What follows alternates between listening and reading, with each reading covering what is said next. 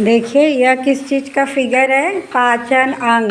किस चीज़ का है? पाचन अंग। हम लोग जानते हैं कि हम लोग के शरीर की ऊर्जा के लिए किसकी आवश्यकता होती है? भोजन की। किसकी आवश्यकता होती है? भोजन की।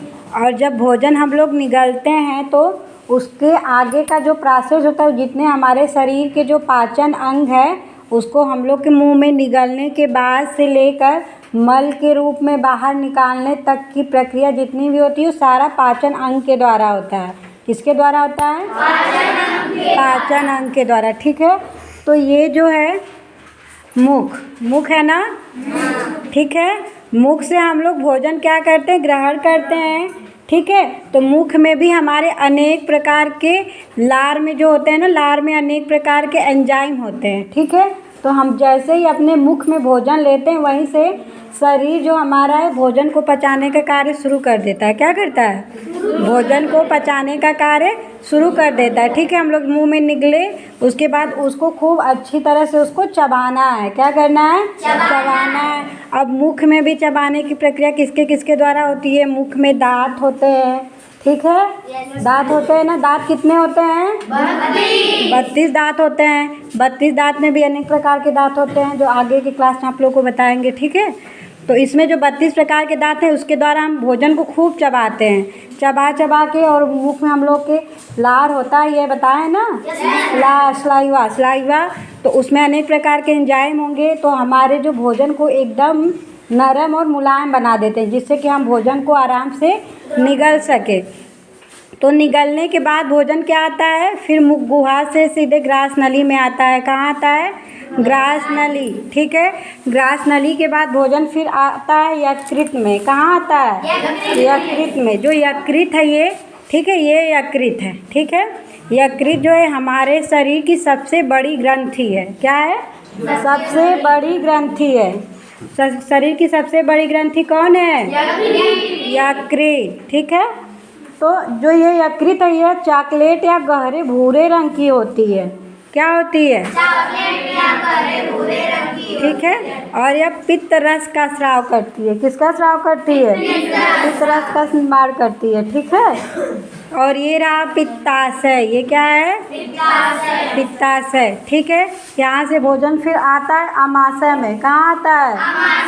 अमाशय। अमाशय के पास इधर ही अग्नाशय भी होता है। ठीक है, अग्नाशय जो होता है हल्के गुलाबी रंग की ग्रंथि है। अग्नाशय कैसी है? हल्के गुलाबी रंग की ग्रंथि है। यह अग्नाशयी रस का स्राव करती है। क्या करती है?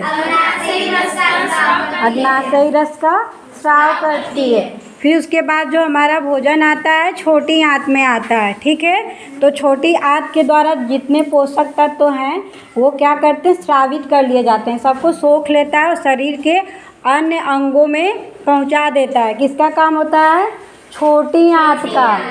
ठीक है, छोटी आंत क्या करता है? भोजन के जितने पोषक तत्व हैं इनको सोख लेता है। ठीक है, ग्रहण कर लेता है और हमारे शरीर के विभिन्न अंगों तक उसको पहुंचाता है। फिर उसके बाद भोजन जाता है बड़ी आंत में। बड़ी आंत ये है। ठीक है, तो बड़ी आंत में जब भोजन जाएगा तो बड़ी आंत क्या करती है? भोजन में पानी भी होता है। ठीक है, तो पानी को सोख लेती है। भोजन बड़ी आंत क्या करती है?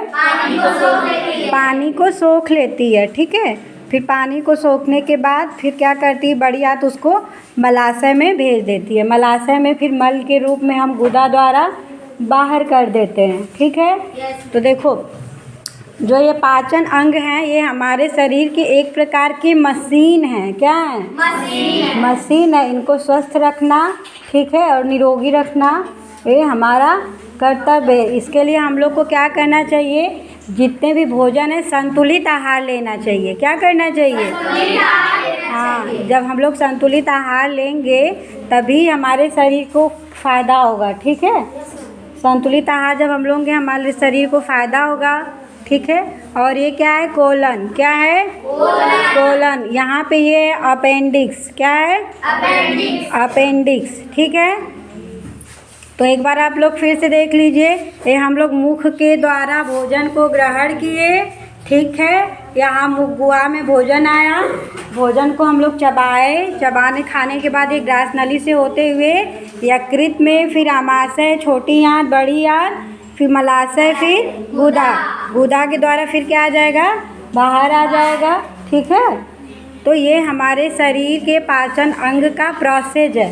ठीक है, तो हमें इसलिए अच्छे से संतुलित आहार के रूप में भोजन लेना चाहिए और जो भोजन हो उसमें सारी चीज़ें हों। ठीक है।